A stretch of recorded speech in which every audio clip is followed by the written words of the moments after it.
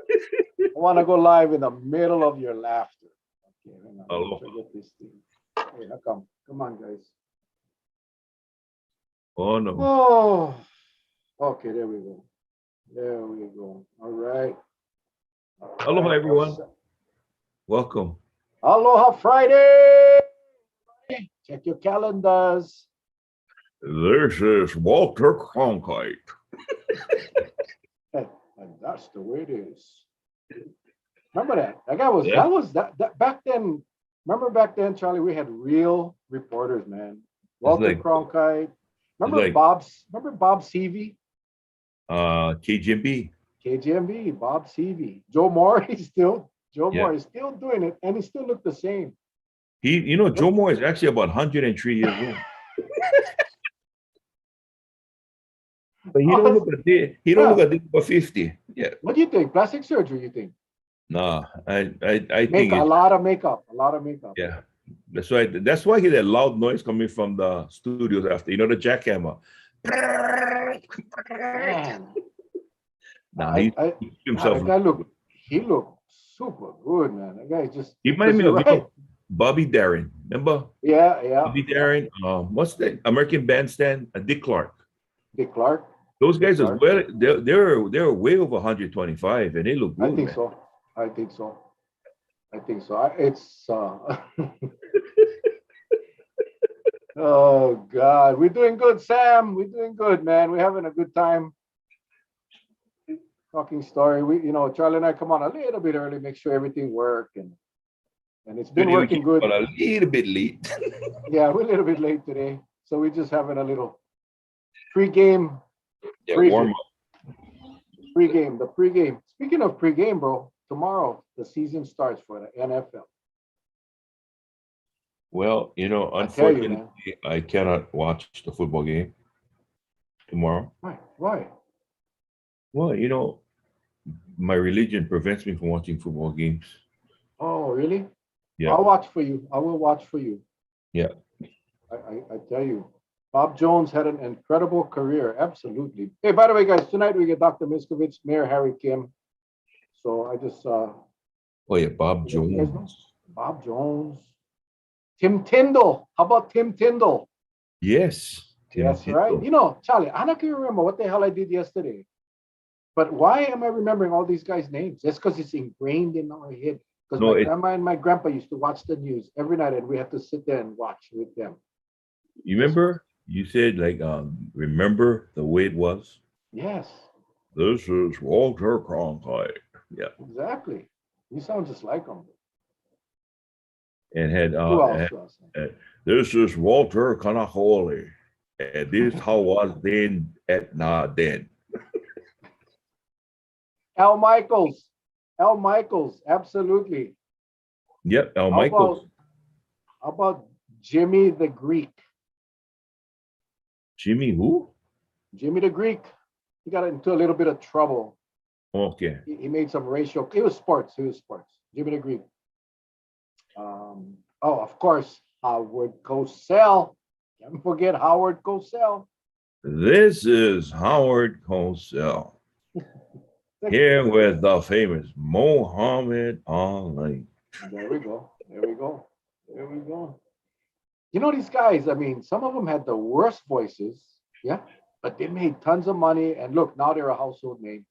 Yep. Unbelievable. Us guys, What's we get up? the voice. Us guys, we get the voice. We just don't want a ton of money. I know. We got to figure out a way to monetize the show. We got to get some sponsors. Anybody out there want to sponsor the Mel and Charlie show? We put a commercial. This show is being brought to you by Xlax. It could be you. For a Gotta small go. fee. You gotta go. Yeah, that's true. Yeah, because they make a ton of money, man. Those guys make a ton of money. So now, so anyway, Charlie, before our guests get on, because once they come on already, I'm going to fasten my seatbelt. I'm going to sit back and let them rock and roll. But what's your thoughts today? The numbers, I listened. I couldn't even listen to the broadcast today, the press conference. I couldn't. you see, the numbers are low because we came off of a 3-day weekend. So today's numbers are Monday's numbers. Yesterday's numbers was Sunday's numbers. The day before was Saturday's numbers. Tomorrow, and I hope the numbers stay low tomorrow. If the numbers are lower, and it's not even low, it's still pretty high, but compared to the 800s and the 700s, if we hear tomorrow morning that it's down to the 300s, 200s, then we know we may be progressing in this pandemic. But then in about 10 days, you get the Labor Day weekend. So we'll see. We shall. I tell you how it's going to be. My opinion, and I hope and pray the numbers stay low. But if they are high, I can guarantee you a call will be placed from the Department of Health over to the legislature up on the 5th floor, right? And if they, hello, Governor, the numbers are over 1,000. And of course, Yeah. you know the response going to be, he is, okay, just make up a number. Just say it's 100. It's only between you and I. Yeah. I That's what they will do. I have a feeling it's going to be a lot higher tomorrow. Again, not being a negative Nancy, but being a realist, the realist that Charlie and I are, we haven't really seen any mitigation efforts. Yep. So yeah, Carrie says we need to keep monitoring. Certainly, we gotta keep monitoring. Well, It is what it is. Pediatric numbers let's up 25%. Kathy, you're so right. That's scary. That's the scary part. Our Kiki, the 25% pediatric cases, scary. We pray that they can have. I mean, I know I'm sounding really bad when I say this. They can have their 500, 600, 700, whatever. I just don't want to hear anything about more deaths. Yeah. We can get away with any reports of deaths, then that means that there's some type of intervention going on with the cases, like we've been talking about monoclonal treatments, right? Monoclonal antibodies. Try to get treatments in there. Had a good discussion last night about what's on the horizon, what's coming out now. They had a big thing right now. The hospitals are getting their supplies of Regeneron. The problem is, and you gotta listen real good, it only works if you can get in it early, within the first 5 days of the symptoms. You gotta jump on it right away. And it has to be mild. Yes. The symptoms have to be mild. Yeah. Or no symptoms. But once you get the hot time breed, once you get it's too late, guys. And I said yesterday, and I thank our two guests, Dr. Kapota Chong Hansen and Dr. Kauhimano. Got her last name already. Is it Dang? Or Akiona? Yeah, Akiona. I just want everybody to know, because some people at work today asked me, goes, "Hey, Uncle, why you ask that question?" I said, because when you sensationalize the word booster, it makes it sound so hard to obtain, right? The booster shot, the booster. And last night we got a clear definition that booster shot is the same as taking the vaccine. So now we have so many programs going on to get people vaccinated, right? If you got vaccinated at one location, the other location doesn't know you got vaccinated. And if you got vaccinated over 8 months ago, and you want a booster, go get another vaccine. Get yourself there. That's the reason why I asked the question. Is it the same, or is it just something that's the concoction or formula is a little bit, what does it do? And basically it's the same, but it just gives that rise, especially for those who are immunocompromised. So if you're going to wait around for the booster and you can't wait, go find a place that's giving a vaccine and go for it. That's just my opinion. Okay, you don't have to listen to me. I'm just saying, go for it. Yeah, That's the reason that was a good question. It was great. I mean, we had, I tell you, and this, this is not to brag, because these doctors that that are on our show are here not to promote the Mel and Charlie show. That is not why they come on our show. They're on the show because they want to help inform and educate the public. And we get people out there. George White, Corp Counsel for City and County of Honolulu. He's such a good, Brian Ingalls, all of you guys that help contribute in your messages throughout the day. We appreciate all of you guys. Melissa, all of you. I shouldn't even name names because I'm gonna miss a few. But George just posted acting state epidemiologist Dr. Kimball yesterday. I did not watch her press conference because I was just too busy. But all the deaths in the mobile morgues haven't even been counted and reported yet. So the fact that our numbers are down, you think about this, Charlie, and somebody asked me today, they said, hey, now the good thing is our hospital bed numbers have gone down. But that's what happens when people die. When someone dies, they free up a bed. So, you cannot just count the numbers. You take into account all the people that died in the last week. Those beds became vacant. So that's not a great strategy to lower hospital beds by death. But thanks for that, George.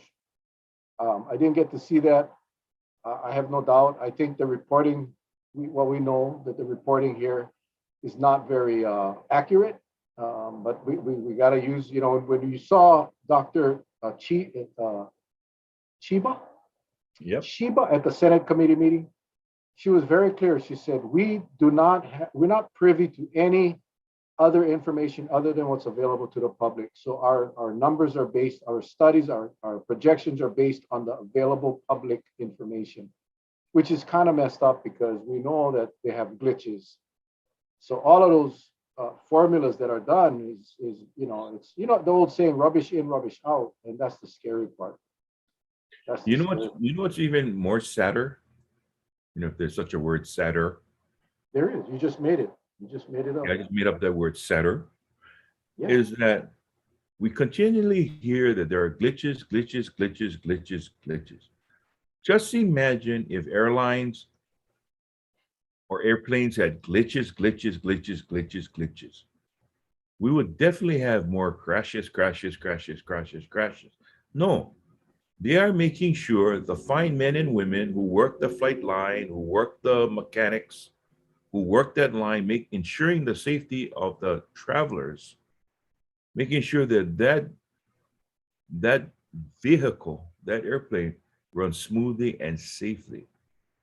Now, if they can do that, why can't this state of ours have a system that can reduce the amount of glitches? You ever ask yourself that, Mel? Every day. I'm Every just day. saying. Sorry, I just trying to text our guests. I don't know where they're at. Why is there so much glitches going on? I mean, I can see if we're on the other side of the world and we have an eclipse and it's blocking our satellite signals, yeah, you'll get glitches, but that's understandable. But those numbers have nothing to do with blocking satellite transmission and the rest of the stuff. So why do we keep on having glitches? It gets to the point there's so much confusion that's created by the numbers that's given, because then it's a guessing game, right? First, because in the very beginning of this whole pandemic, numbers were given out real time. We were there. We brought it to you live. We were there. Then over time, it started to go, oops, 2 days, 1 day. And then we got confused. Okay, what day is it? It got to the point that we're living in a world of confusion. So every time we see numbers, we don't know whether to jump, scream, clap, get mad, because we don't know what those numbers represent. All we know is that that's cases of infections. But what? Those numbers represented at that given time. What about the day it's being reported? Some days elapsed. What happened to those numbers? Did it add on to that, or is it being pushed down the scale even more? So when there's a catch-up, the question is, does anybody ask, are we caught up on these numbers, or are we still pushing it down the line? Yeah, I think, I mean, they did a presentation at the hearing about the process that it takes to get these labs to, the numbers got to come to a central hub. But this is what gets me. Dr. Miscovich, what's up? What's Hey, up? hi What's guys. up? This this is what gets me is it's been a year, almost 2 years. Kauai has no problem. Kauai has no problem with getting us the data every day, real time. It is what it is. Mel, do you think the limit of 500 beds will change to 600? Probably, probably. I think that they keep moving the goalposts constantly to fit their agenda. That's just what it is. It is what it is. But I don't know. I'm truly afraid of what's coming. Just listening to Dr. Altenberg, Dr. Chiba, and the East West Center and the UH. I don't even know the division, but it's the ones that do the projections. We're not out of the woods by far, and we have done absolutely no mitigation measures in addition to the little plea to behave on Labor Day weekend. So I don't know. I think the numbers are artificially low simply because the lab was a long weekend. So tomorrow we'll see what happens tomorrow. We'll see what the numbers will be tomorrow. Guys, I can address that lab issue because I've heard that same lab issue and I don't buy it at all, mainly because the majority of our labs come from diagnostics and clinical labs, right? That's where they come from. I am on with clinical labs all the time, and basically they they are so prompt with their labs, because we're doing 1,000 or more every day, and bottom line is uh, bottom Is that? line. Oh, That's a squeaky toy just took out of my oh mouth. okay. I thought you had a monkey someplace. Oh, I thought it was gas. I thought he was, when you're like Okay. trying to hold But back that vicious No, fart. Charlie's the only one that does that and admits it, man. He's the only one that's honest enough to admit it. So, I thought it was a monkey. I go, hey, does he have a gibbon? you know what? I've been called a lot of things. I've been called a lot of things, and a monkey is probably one of them. I'll tell you, my wife has a lot of names for me. But anyways, yeah, I mean, when they made the mention that there's 80 some labs or something like that, they probably are getting 90% of all the labs from 2 labs, and those are our local labs. And then 10% just smither in from all these various and sundry labs. So to have a huge, massive change, something doesn't make sense to me. It doesn't fit. And I'd like to hear a little more, instead of a global guideline to say, oh, we have 800 labs or 80 labs or whatever the number is. Well, basically, most of us who are sitting here know that most are coming from the 2 big labs, and those labs are rock solid in what they do. So, yeah, that's a little questionable to say the least. And Hey, Doc, not to interrupt, but did you talk to Mayor Kim at all today, or? yeah, come on, Mayor Kim and I talk 3 times a day. Yeah, okay. Yeah. Did he know about tonight? Yeah, we talked Okay. about it, and Oh, okay, good, good. I All right. told him, and he was like, he's got a lot going on, and he's The like, Big oh, Island, the Big that- Island is different. It's Mayor Kim, and he's gonna be on. It's just that he has this ritual. He goes and he jumps in a food oil. One of those big tubs that you burn wood underneath, and you Japanese. So I think he's Bro, hey, he's Korean. well. I think he's doing his food oil bad right now because he's always uppity up when he comes. And I'm gonna tell you one thing. I'm kind of waiting to see what he has to say about these numbers that we had this past week. Did you talk to him about that, Dr. Miscovich, about the number? I still am talking to him probably 3 times a day, and he is every time I talk to him, he is more and more and more concerned. So he's extraordinarily concerned because he's a real data science guy too, with his civil defense background. And he basically, all the names that you've mentioned, those 3 individuals now, he calls them, he talks to them, he's established communication with them. He really likes Tim Brown, and he talks to Dr. Pham and Dr. Chiba from HiPAM all the time. And so he is really on the data, and he is the number one thing he's focused on right now is when you look at civil defense, it's putting together a team to really assess the overall problem that we have. And he really gets it to know that the biggest single issue we have is we do not have a statewide coordinating testing effort, and that we are tremendously under testing. Therefore, our numbers are underrepresented of the true disease. And where like the Big Island is totally out of control.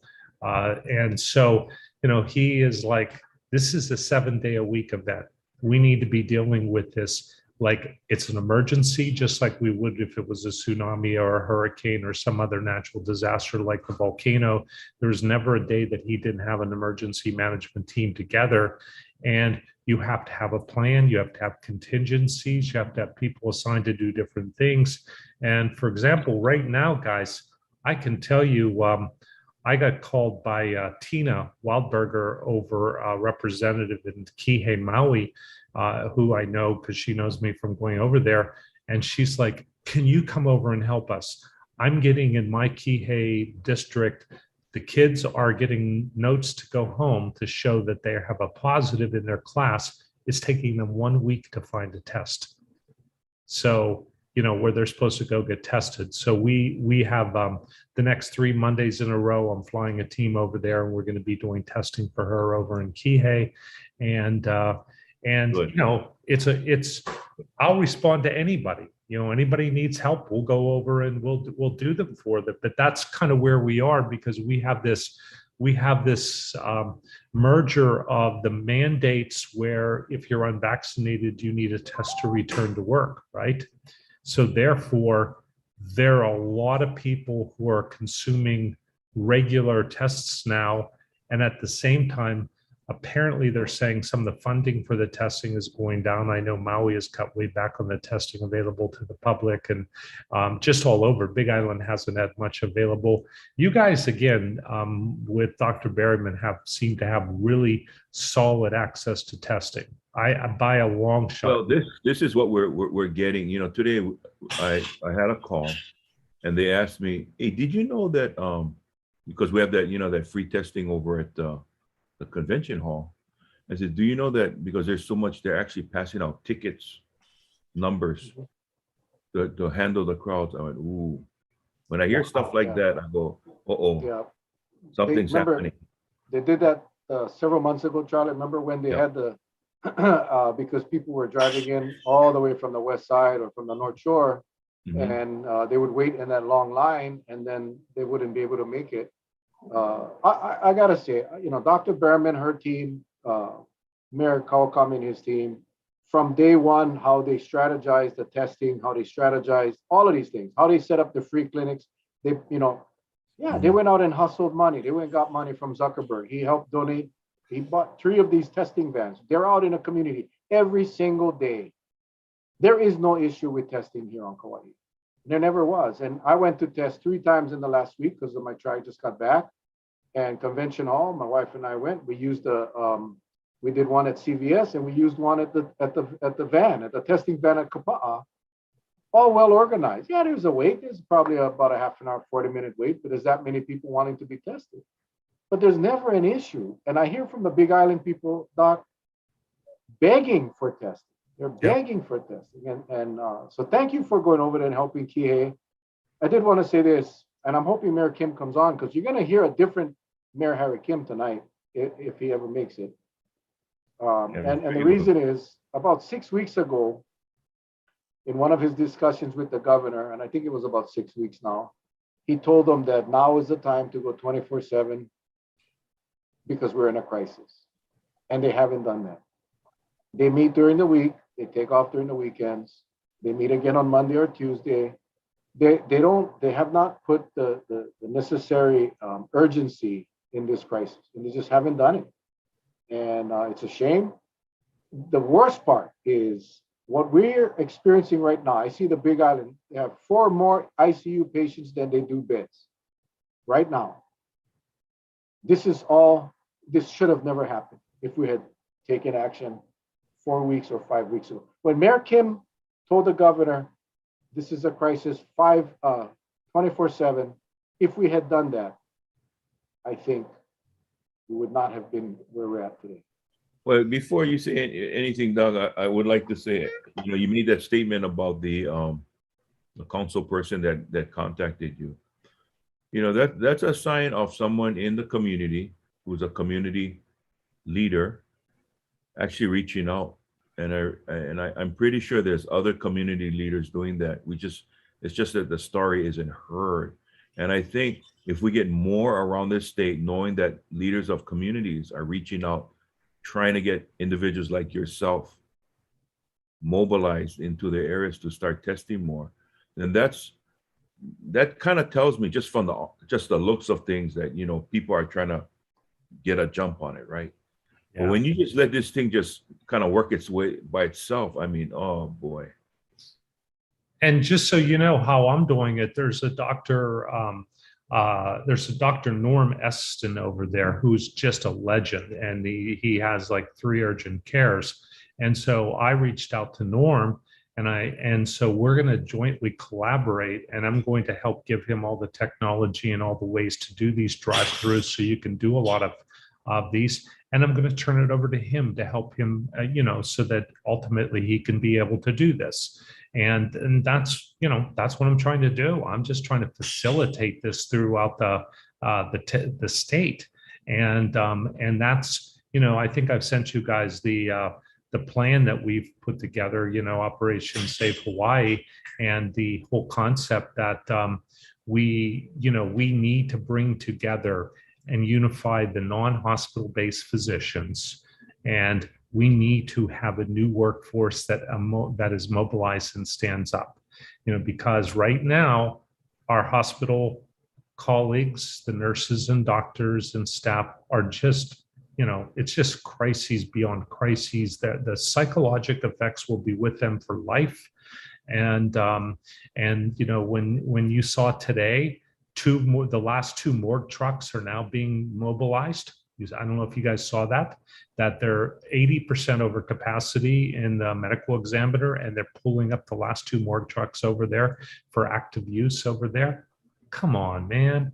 So just give me a break. And then we're talking about crises healthcare management.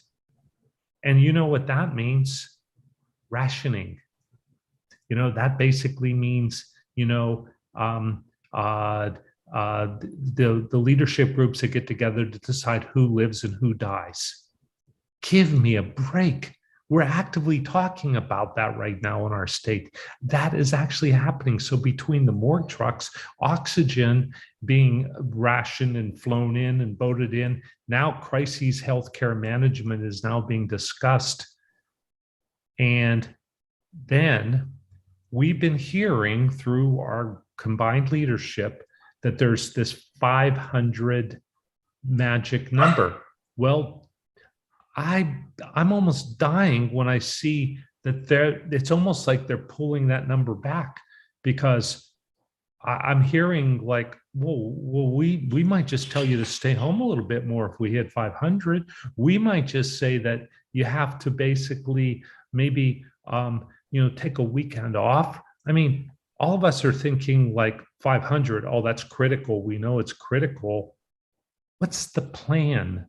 How is it that we, the people of our state and our leadership, can't look at us and say, well, we have this is 500. If this happens, then this is what's going to happen. Expect it and plan it. And if this happens, expect it and plan it. Come on, man. We're not asking too much. Give us a plan. Let us know what, and what does it mean? We already know that we've canceled all elective surgeries. Everything across the state is shut down, right? Everything. And we're talking that we're going to be rationing healthcare, potentially picking and choosing who lives and who dies, and oxygen and morgues. And do you guys know, like, if we hit 525 next Thursday, Right. what the hell goes on? I don't know. I'll share something with you that I'm kind of, if you can remember some 10, maybe 12 years ago, there's a show by Denzel Washington where his son needed an operation. It was a good show. And I think we're kind of moving towards those times, and it was very frightening when you said that there'll be decisions made who lives and who dies, right? Anyway, that show that Denzel Washington, he got so upset, he took the hospital hostage. He says, "You will not let my son die." Coming from a security background, that is a realistic threat. There will be somebody out there that will get the news that, your loved one's survival chance is pretty low. So, we're going to have to let them go at the wayside because there's other that has a better chance of making it or whatever, right? I'm afraid we're going to see in the news or hear about it that somebody just lost it and somebody did what they had to do. That's my fear when they put out that kind of stuff. But you're right, Doc, because we've heard it before that they're talking about prioritizing, those that have a chance of maybe not making it, letting it just passive care until such time they go. That's a sad position to be in. Very, very sad. And listen to the other thing that was disclosed today. We have a child of the state of Hawaii in the pediatric intensive care unit. And God forbid a child dies. I mean, I just can't imagine that if anybody sits back and lets it be like, oh, a child died, it just happens. No, it doesn't just happen. These deaths should not be just happening right now, right?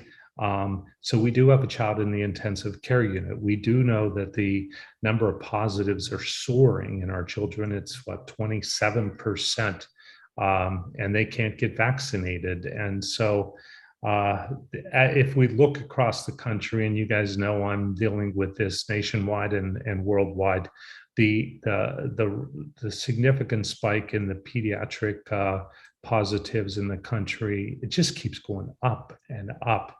Now, granted, you can look at the counties that don't have mask policies in play. They are skyrocketing. Yet, even when you have full mitigation, they're still positive. They're still positives. And let me add one more data point, which is really, really a big one for us in healthcare and should be for everyone in the country in Hawaii. Just published in the New England Journal the last 24 hours, it analyzed well done data from the beginning of the year through June, July, through the University of California health system, and some very specific healthcare workers were tracked, and they tracked the positivity in the vaccinated and unvaccinated, and they were tracking it from the beginning. And so basically, in July, the last month they measured, the vaccinated breakthrough, the vaccine was only holding 65%. So it's a confirmation of the Israeli data that we all look at and quote to show that, over time, the vaccine is losing its effectiveness. And again, for those of you listening who are like, hey, why get it? No, please get your vaccine. You still don't die. None of those people went on to die. And they compared them against the people who are unvaccinated. And there was 3 times the effectiveness of the vaccinated group and unvaccinated group. And there were still major, major benefits from it. But the efficacy is going down. Our healthcare workers are at risk. They're out there fighting every day for this. So we need to get them vaccinated right away. We need to get our frontline healthcare workers and first responders and people out there in the field to get that booster right away. And we should be, like, for example, that should already be planned. It should already be set up. As a matter of fact, I wish they would already start it now, because there's no law that says we have to wait till 20th of September. We should be getting these people in right now, soon as they can. So anyways, that's another little side point I wanted to bring up. No, it's good. The other data point that is alarming is our positivity rate. The positivity rate is high, and you can average them out over a long period of time to make the number drop down. But when you look at the daily positivity rates, because remember now, Saturday, Sundays historically, traditionally low because of whatever reason. So it's not real accurate when you toss in that into your 7-day or 14-day average. But if you look at day by day positivity rate, it's significantly higher. And that is a fear because we have so much virus out there. The other thing, who the hell relies on a statewide number like 500 when we have all these islands that don't necessarily connect to these hospitals? So what Big Island, right now, they're over capacity. The 500 count is meaningless to the Big Island because they're already over capacity. Some of the hospitals on Oahu, over capacity. So maybe Wilcox, for example, I don't know, they don't release their numbers, so we don't even know, but on Kauai. But how can you set a statewide number when, if we get to 500, how much more over capacity will the Big Island be? Because it's not going to stop on the Big Island.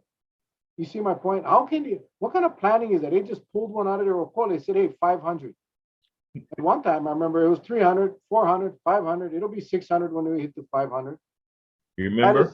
That's what drives me nuts, because they set this statewide number, but we're all independent of each other. Yeah.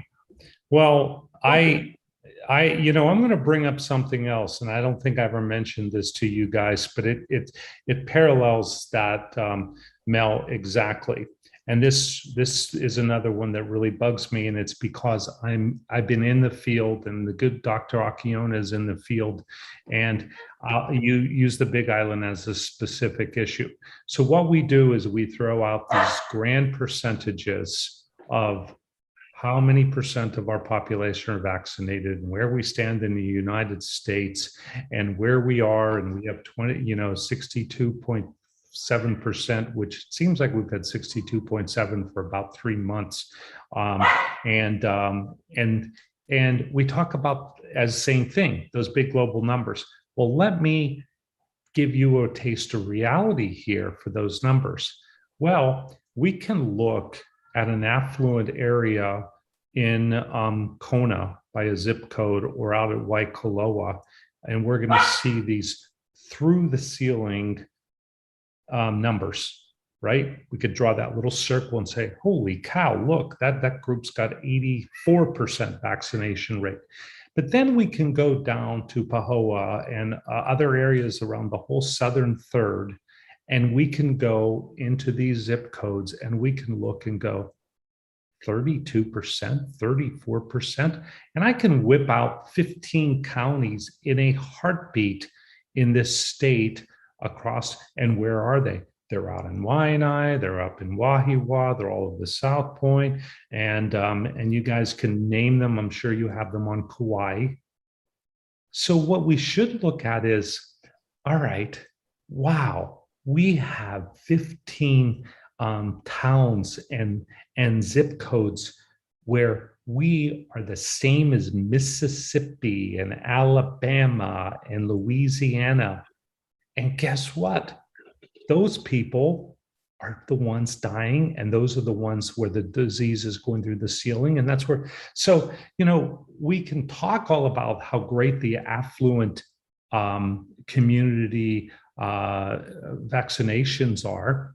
But no, what we do is we blend them all together to give one big number, instead of saying, we have a problem. Hawaii, yes, we have this great, yes, we're number 5, but you know what? We have this massive problem, and it's these people are at risk. And guess what? They're the people who have been at risk throughout their lives living in the state and the world because we've ignored them forever. We can't just talk global numbers. Let's talk specifics. And that's the risk that we're facing across the state. And that's where our problem is, right? And you guys have heard me say this. I'm not going to point blame. We are not a vaccinated state and unvaccinated state. We're one state and we're one people. And we still do not have the programs in play to do it. You heard last night in the show with Capono and Kaohi, trying to talk about it. We're forging our own paths to put these programs into play without getting any real support to say, let's find ultra ways. We should have massive ways of focusing on those communities at risk and be doing everything. And I'm not talking about having bingo and lotteries. I'm talking about finding ways to work with community leaders and getting down there. Anyways, that really, I agree with you. We need to start having truth and honesty and specific analytics to talk about why are we dying? Why are people dying? Why are people in our hospitals? And what can we do to stop about it? Don't always talk about, oh, hey, by the way, we had 12 people die and we have 860. Oh, but we're fifth in the country. I don't give a shit where we are in the country. I want to see people not dying, and I want a plan to address how to stop those people at risk from dying and how to find ways to vaccinate them. I want the loss of life to stop, and I want there to be a cohesive plan, which the team we've had on here with Dr. Evslin and that group, we have some massive brain trusts of people who are outstanding, that have put things together that the top minds say, yes, this is what we agree with.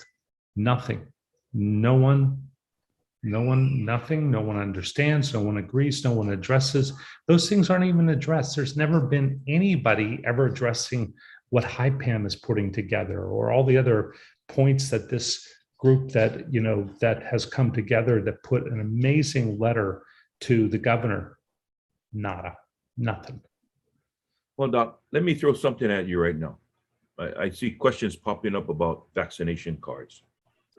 And I just want to first give my opinion. I said, vaccination cards is a card that's saying you've been vaccinated. Okay, so what? What do you think about it? Because it seems like that card is sort of like, I got a card and you don't, therefore I gain more access than you. That's all it's telling me. It's not telling me whether that card is legit or not. And sometimes I when I hear about vaccination cards, I mean, I've got mine and I look at it and slowly I watch the label on it degrade to the point that you can't even see what lot number it is anymore. So luckily I took a photo of it when I first got vaccinated. What's your take on it? I mean, should we be concentrating on other things instead of just who gets a vaccination card and who doesn't? Because some people think, should we be, putting in more resources into vaccine cards where we know that there's people out there actually trying to defy the system by using fake cards, right? Yeah. Well, hey, Charlie, if your card's running out, I know Chemo over there will get you a new one, and I'll send you. I think it's $10. He'll get you one. I'm just kidding, but it's kind of. Well, okay. So I'm going to give you two sides. Number one, we screwed up as a country when we started to throw these vaccines out, and we started to have these freaking paper cards. Come on. We have so much technology. It's not that hard to get this into a single database, for God's sake. So right now, what we probably should be doing is, all right, they're going to be offering broad boosters to everyone. Well, why don't we say, go back to where you got your initial shot with your card, and then have them all set up a database so that you have to have a verification for them to check their old data that you were there and put it in and create a freaking verifiable database, right? You know, come on, let's do something where we can have a way to really authenticate it, you know, to show you have it or not. Or if you don't want to get your booster, go back, have it, you have to go back up there and they have to authenticate it and add you into the database and confirm you were there. Well, is that a perfect system? No, because there are people got them on the mainland and got them all over the place, but it's better than nothing. Now, the second issue, I'm going to go to the medical aspects of this, Charlie, is does that mean that much? Well, okay, right now, that's what drives me crazy about the vaccine going into the restaurants, right? And that type of thing. We're acting like we are doing the greatest thing in the planet by doing that. Yet I just told you that the data coming out of the UC Health Systems basically show that 1 out of 3 of those people or so are probably much more likely to be carrying infection. We know breakthroughs. So it's like, it's such a minimal amount of protection, right? It's minimal. Now, do I believe that if you've had a vaccine, it's safer and things like that? Yeah, vaccines are great. They will save our lives. If everybody got vaccinated around the world, then we could turn COVID into nothing more than a minor like flu that circulates. That's what, you know, jumping way over the top, but let's just mention that. What is our hope? What is our hope for life? It's to get the world vaccinated. And then what happens is everybody does not have the opportunity to be creating variants. And then if we had our entire state vaccinated right now, our economy would be completely normal. We would still have some people breaking through, and we would be hearing it like oh, did you hear someone last week died of COVID? Wow, when's the last time we heard that? That's what vaccines will do. That's what vaccines will do to the population if we can do it. And if we just do it to us and we don't do it to the to Tanzania or Malaysia, well, then a variant will pop up there and eventually it will find its way around and we're going to have to worry about it. But there is hope. You know, I do want to say to the people, because a lot of people say, man, Doc, you're always just this big doom and gloom. Well, I'm doom and gloom because of what's in front of us right now is not being addressed by our leadership. And there is nothing but tragedy ahead of us because of how many failures we have. But the future is bright if we can find a way to get everybody vaccinated and broaden the vaccine out and keep on working as a planet to get it going.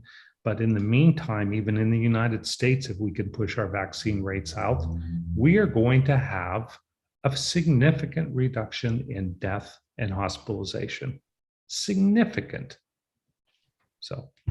And I think, you know, the goal, and this is just my observation, Doctor, you can correct me if I'm wrong, but it was always the goal or the objective of our leadership, the governor and the lieutenant governor and everyone else, to get people vaccinated. That's what it was. The goal wasn't to stop the virus. The goal wasn't to, get to the source of the problem, the root of the problem, which is the virus, right? To stop the transmission. The goal was always get vaccinated. All the campaigns were vaccinated, commercials, get vaccinated, prizes, bribery, lotteries, whatever.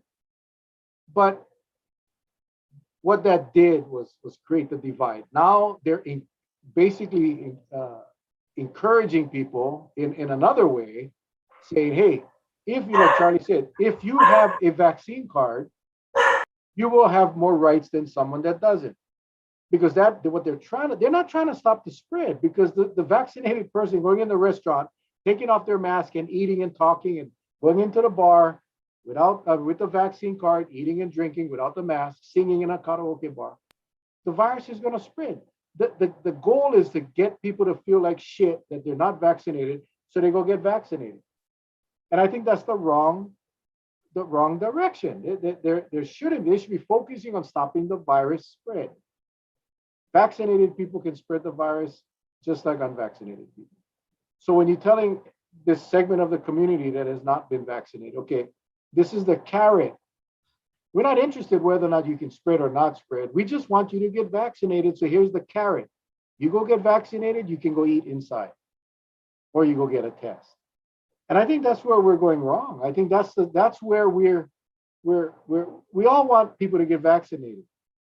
And I've said this so many times, if we redirected the campaign to informing and educating the public, the unvaccinated public, getting you in front of them, getting Capono in front of them, getting the doctors and survivors in front of them, like in a big way, we will change their minds. But this dangling of carrots is always, and then what it does, right? It puts the unvaccinated against the vaccinated and vice versa. Okay, let me make a comment that is giving a little bit of a break for our Department of Health. I'm across the country and I see good, bad, and ugly. I see fabulous, award-winning. And remember, my group is vaccinating across the country. So I'm not just saying this by reading a book or something like that. I'm in these areas and doing it. The failure in this process, and I believe, hopefully we have a massive, massive hot wash of this as a country and a world to really look, because let's face it, the United States has been the largest failure in COVID. We have more deaths, we have more disease. I mean, we're so far off the chart with how horribly we've done that. And again, Tim Brown sent me something talking about from Nature, talking about preparing for the next pandemics, and we need to start looking at, because they will come. And I was just reading that before I came on. And you know, when you look at where we are, it started at the federal government. The federal government and the CDC and the response and the preparation. There should have been a solid, here it is, we're the experts, here's the plan. All of you do it, whether you're a little county down in the corner of Arkansas or you're, you know, basically, you know, New York City. This is how you're going to do it. You can have a little bit of leeway, but this is it. This is how you have to run it through. It is all over the map. What I'm seeing, you can have one county on one side that's going through the ceiling and going great, and the other one is just flopping miserably. And again, if I have to highlight the classic failure across the United States, it's the number one thing that's happened is the BMW drive-throughs. Put the big old drive-throughs, people with their nice fancy cars or the BMWs or Mercedes all come through, and that's exactly what we saw, this wonderful ramp up in our state. And then, you know, we had our leadership saying, oh, we're going to be 75% vaccinated in 2 months. Look, because if you take this line up there, this line, you can look back on my TV time. And I was like, no, we aren't. And I was saying that on CNN and international, and because I was already seeing it in the field, and I was like, there is going to be a significant group of people, and that number is going to slow. All we're doing is we're getting the low hanging fruit. And then they did, the second massive failure was they used the pharmacies, right?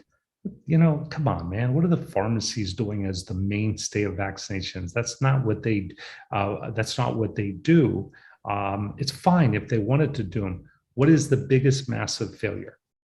Why isn't your doctor sitting in his office armed with vaccines everywhere in the state of Hawaii?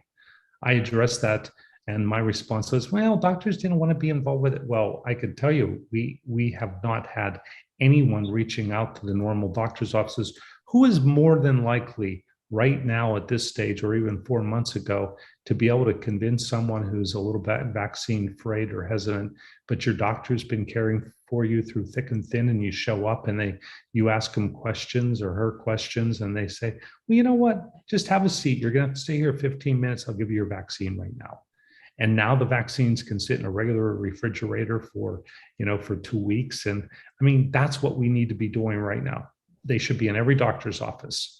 And at the same time, but is anybody even talking about it? No, we should have this massive effort together of coordinating, working, putting think tank groups together with all the pediatricians in the state. Because guess what?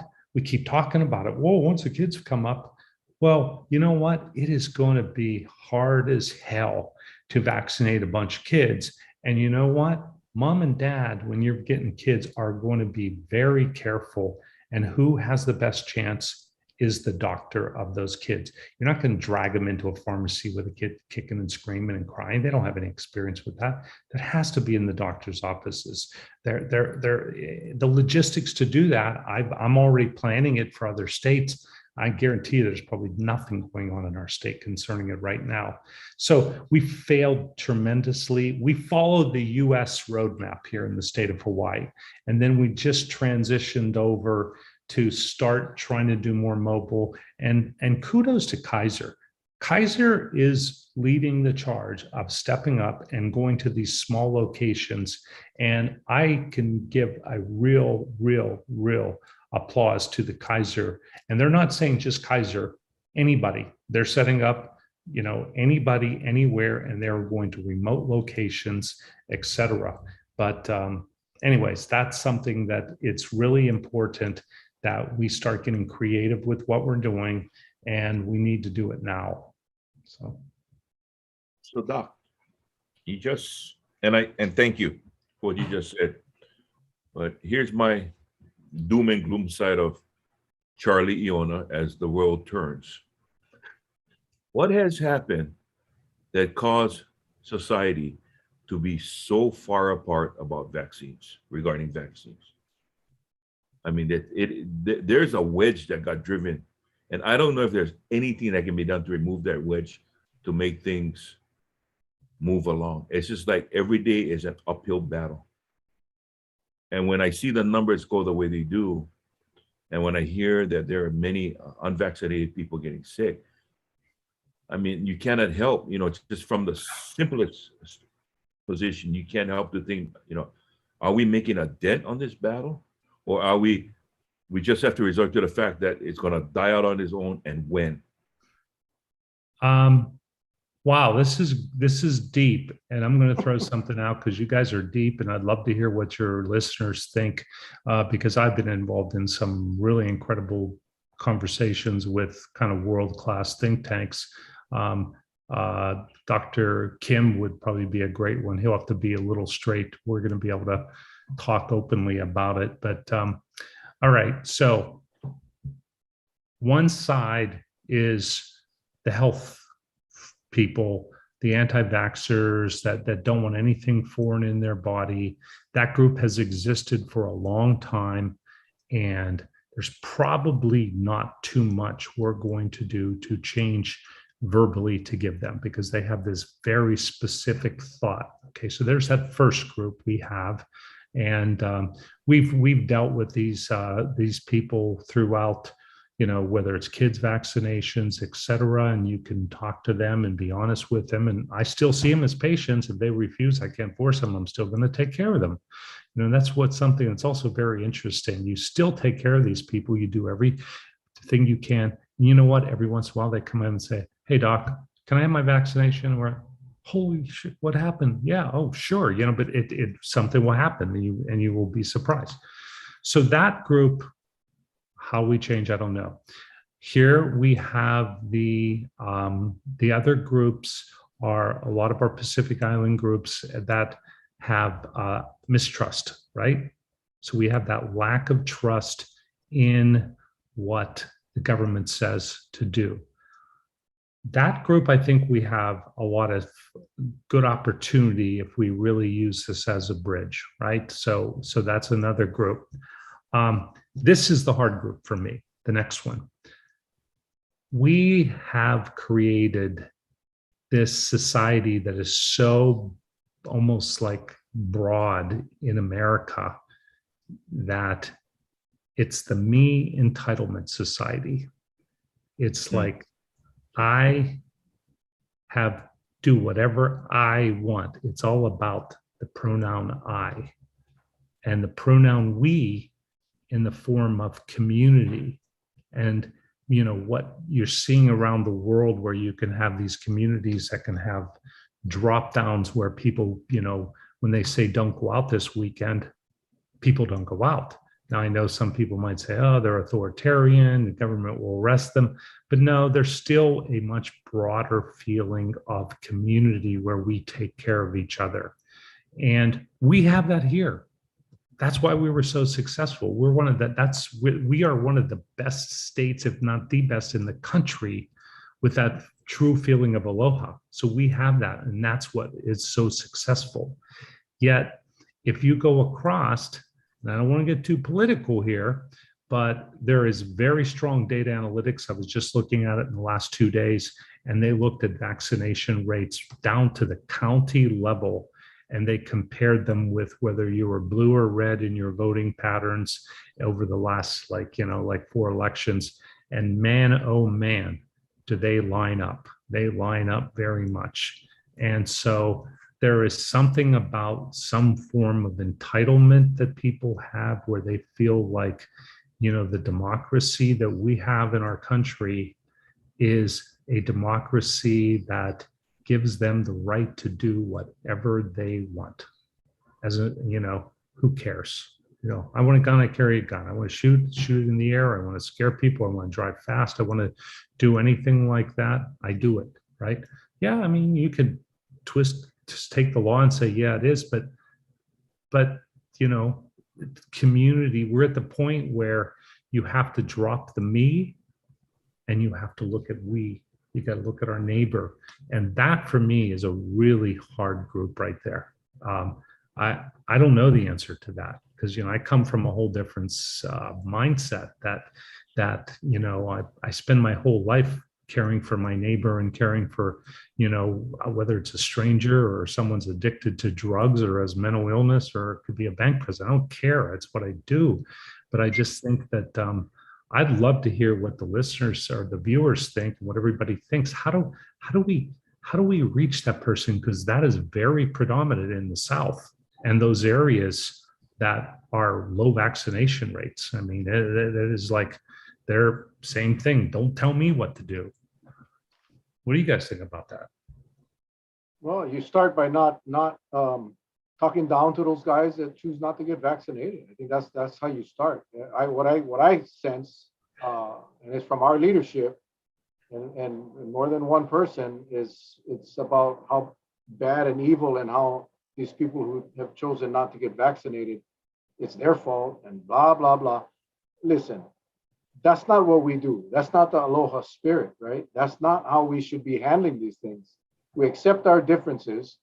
We acknowledge that we have differences, and then we work towards a common goal. And the common goal is to keep our islands safe, the Kuleana principle. And we just have lost that. It's, when you say things like, those guys, you unvaccinated people, you're causing the spread, you guys going to find out the hard way. That's not the way you get through this. That simply is not the way you get through this. So it's gotta start. Now, also, to those jackasses that are on Waikiki that are picketing Aloha Freedom Coalition, that are doing the same thing on the opposite side. And how dare they call themselves Aloha Freedom Coalition and they leave behind a trail of trash? That's not aloha. When they walk out and congregate, blatantly violating the law, that's not aloha. That's not kuleana. You can protest. You can wear a mask, right? You can do that. I mean, but they choose to fight back. And every time one of our leaders come out and blame them, then the fight is on. And we will never get to that place. So it's about kuleana and it's about maintaining that relationship, but doing it in a way that accepting and acknowledging each other's positions. But I know it sounds corny, but listen, what else? What else are we going to do? What else are we going to do? We're going to keep fighting, and who get the bigger body, who get the bigger muscles, who get the stronger, the louder voice? No, I tell you, this little show has gotten people that were not going to get vaccinated to get vaccinated. We didn't do it by calling them stupid, calling them responsible for the spread. No, we didn't do that. We brought experts and let the experts tell the true stories. And that's what will get people to change their mind. You're right, Doc. That segment of the community, I don't care what you tell them.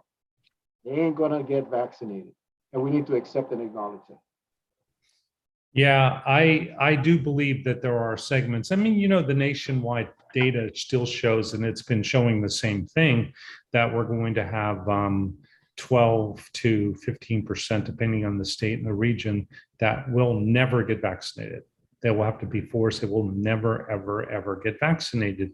Now, why is that problematic? Well, you know, the problem is that you've heard all the experts we've had on here with you and talked about. We're all consensus. It's 90% and above to even think about that herd immunity. So so when you really start thinking about that, we will not reach herd immunity. So let's have the leadership stop talking about herd immunity. We will reach a point where we get enough people vaccinated that COVID will become more of a bad flu. And if you're vaccinated, you're going to feel pretty good and you're not going to be wondering what you're doing. But those 12 or 15% are going to be seeing continual spreads, and we'll see death and they will see hospitalizations. Now, what can happen is that over a period of time, that group can eventually, half of them can contract COVID. And so through infection, you can push up over those numbers. So the thing that will happen is, as I started out to give people the positive, we will get to a point where we will have a world that we're going to start feeling pretty good about waking up every day and knowing we can do a lot of good things. But it will only happen with vaccinations. It will only happen with broad worldwide vaccinations. We can start here in our state by broadly getting vaccinated, and we could really, you know, we can basically create instead of a pandemic, we'll have an endemic disease where we're just living with it. It's here. We just got to live with it, but it's not going to be bad if you get vaccinated. So, yet on the other hand, I'm still, if you're out there and you're not vaccinated, I will treat you and I will give you the same respect and dignity I would give to anyone. And I would do whatever I would do for you as I would do. And we see these people all the time. And they're humans, they're people of our state or another state, and they deserve respect. Come on, man. We just got to stop that and find ways we have to change the entire story, right? And don't, yeah. That's it. That's the key. Rapid fire questions, because we're running out of time. I just wanted to get some of our viewer questions real quick. Yeah. Testing on Kihei that you mentioned next week. Is that going to be for anybody in Kihei? Anybody. Kids? Yeah, anybody, kids, anybody. I think we're doing a 10 to 5 or so, 10 o'clock to 5 o'clock.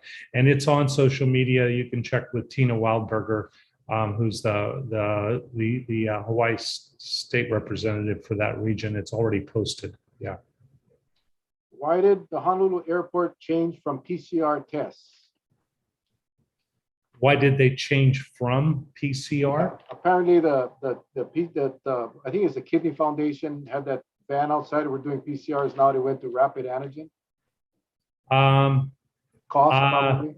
Cost and time for turnaround. You know, they're trying to just do rapid fire turnaround. You know, I've been on TV a lot complaining about that. Because they were doing it with everybody, and that's not appropriate. It should not be done for asymptomatics. They should be getting PCR. So that's just another mistake. Last one. Someone has already completed their 2 shots of Moderna. Can they get a booster?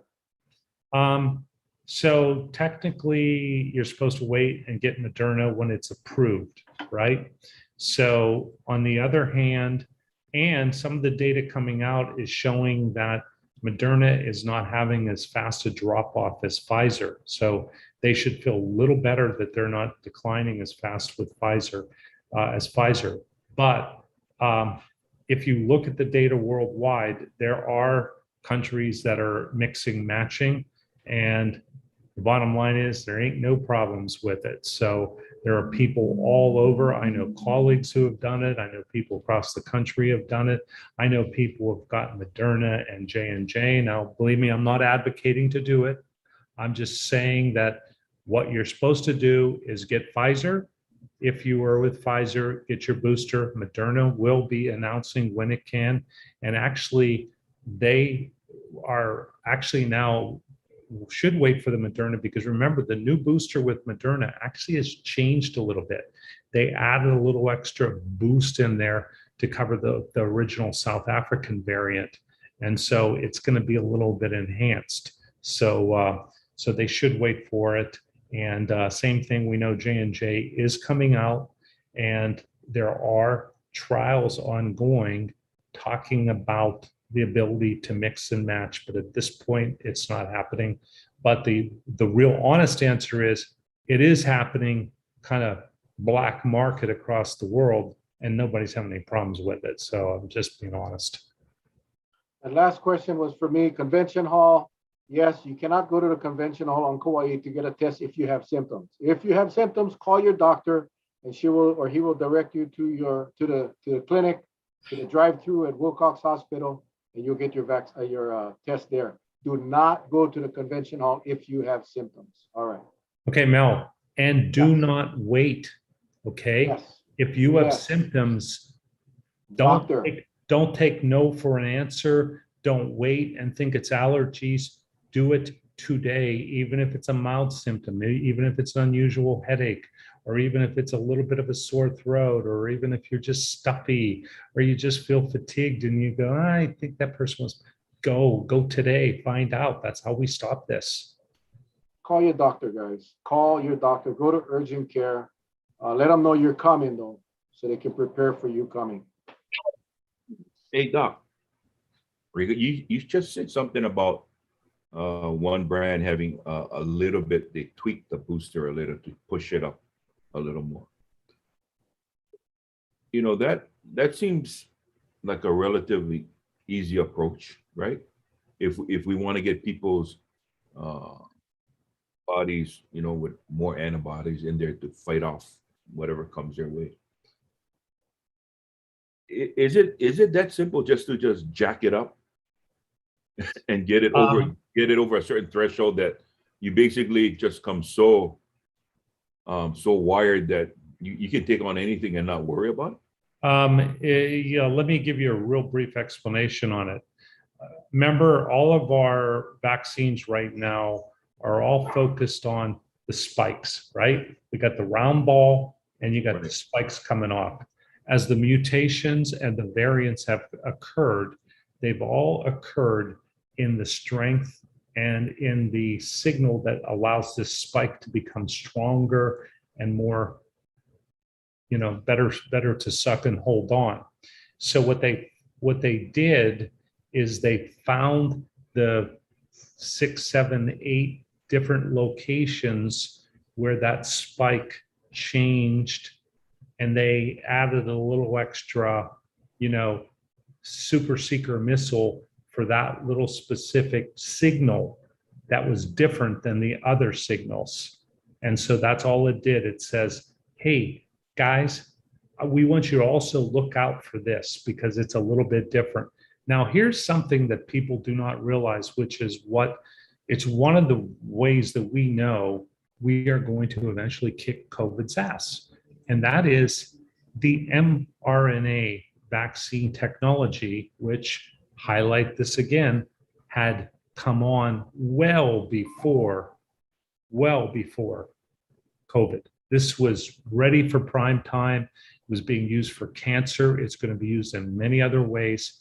But that vaccine can hold up to 40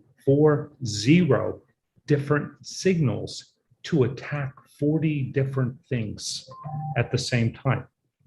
So it is magic, you know, and we could have that thing tweaked, you know, because everybody's saying, oh my God, what happens if, you know, Mu came out and Mu was, you know, like the Kraken and, you know, had big claws or something like that. Well, you know what? knowing what we know now and knowing how quickly this could be modified, we can do it. Our technology can do it. It can modify, and it can do it fairly quickly. And that is one of the reasons why we're going to do this if people get vaccinated, and that technology is there. I like that squeaky ball. Yeah. I gotta get me one. It's Yeah, just the dog will come and get it now that I squeaked it. So, yeah. All right. Well, Doc, thank you again. Appreciate you spending some time. I don't know what happened to Mayor Kim. I'll give him a call tomorrow morning and hopefully we can get him on. What is that? What kind of dog is that? He is a Bernie Doodle. He's Bernie's mountain dog and poodle. So yeah, he's about 75 pounds, and he's my good boy. And he just came to go get his ball and we'll go squeak with it. So Yeah. So anyway, I'll reach out to Mayor Kim tomorrow and see maybe we'll get him on tomorrow night. But appreciate you stopping by, Paul. I just read your post, Paul. Shoot me a message, man. I kind of want to. Charlie and I are well aware of what's going on with PSD, Public Safety Division. It's a mess. We understand that, and we're trying as well. They just don't learn from just the prisons and the. So anyway, yeah, shoot me a message, man. I'd love to talk to you. But any closing comments, Doc, before we shove off? We didn't get to talk about it, but let me give a 1-minute overview because I know it kind of gets put off to the end. Please, if you're positive and you're at risk, look and seek out Regeneron, okay? It is a game changer. Regeneron's a monoclonal antibody, and it is a game changer. It is all over the United States. I am totally, you want to talk about a failure here to not have Regeneron on every corner by now with our hospitals surging. That is a major snafu. So it is all over the United States. And, again, I can't believe the place that's everywhere is Florida, where they have disease raging. But then on the other hand, they're treating it, trying to keep their hospitalizations down. But it is very safe and effective. We're giving it everywhere. I got 120 doses shipped in last week, and it's making a major difference. I'm having 100% effectiveness right now with the people who've got it, feeling better after 2-3 days. None of them end up being hospitalized. And remember, it's specific for diabetes, heart disease, hypertension, obesity, and the bar is pretty low, 25 BMI. That's not very high. Over the age of 65, immunosuppression, HIV, sickle cell, and any question of those. And it has, as Dr. Tong said yesterday, it has also this very specific paragraph that says, and if someone is in a population risk group that may be more susceptible to the disease and hospitalizations, feel free to give it to them, which would be our communities at risk that we've been talking. So it is to be given as soon as possible. It's just a couple shots that you get, and it doesn't hurt. And we watch you for an hour, and it 70 to 80% chance of keeping you out of the hospital and having severe disease. So please, if you have friends or family anywhere or here on the mainland, consider Regeneron. I don't care if you're vaccinated, unvaccinated. It's a medicine that is the way I describe it. I heard Dr. Chong describe it. I'll give a quick description. It's like an antibiotic for the virus, for COVID. So it puts these, has two things mixed in it. It injects in there, and within 2-3 hours, those little things are up there gobbling away at your COVID. And then, after a while, they go away. So it's not like a vaccine or anything. It's like an antibiotic for the virus. And it just goes in there, and it temporarily just tries to stop the spread and reduce the number so it doesn't rip your lungs apart. So. And that is available even if you're vaccinated, but you test positive and you. Yep, it's available, and it has the cost is something that you got to be warned about. It's free. So no cost, doesn't matter insurance or no insurance, zero cost for it. So. And it's not a substitute for the vaccine. No, you still should try to get your vaccine. No, I mean, I hope I've emphasized it tonight. The vaccine is our answer, but again, if you're unvaccinated and you come down with the disease and you're feeling, like crap, and you're like, oh no, look at me, I weigh 50 pounds more and my diabetes is under control. Am I going to be the next one in the hospital? Get your ass to get Regeneron ASAP, and you will be having a 70 to 80% chance reduction. And the side effects, nothing. The profiles, the nation profiles are incredible with it. So. Awesome. Thank you, sir. Thank you. Charlie. Well, thank you, Doc, for being on tonight. Thank you for taking my simplistic views of what I think. Charlie Iona thinks how this whole thing reacts. And I hope you folks out there had fun tonight listening to our esteemed guest, who is very knowledgeable about the subject that we talked about. I do want to address one thing, and that is, as always, the information is there. I hope you folks can use whatever you can, and whatever you don't want to use, save yourself and your stamina for the next show, because I'm sure we'll have something that will appeal to you. Okay, so there you go, Bell. Thank you, sir. Again, Doc, thank you so much. I don't know what happened to Mayor Kim. I'll reach out to him tomorrow. We'll get him on, hopefully tomorrow night. I can tell you, he had a very eventful day. He's got a lot to talk about. Yeah, I know. I spoke to him. I was excited. But yeah, we'll call him up tomorrow. I'm not sure if there's a technical glitch or whatever. Anyway, we'll get him on. And like I said, he's not going to be the same Mayor Kim that we saw the last couple of times. I can promise you that. So with that, folks, you guys all stay safe. God bless. We love you guys, man. I appreciate you guys jumping on tonight. We will see you guys tomorrow night. Same time, same place. Hello.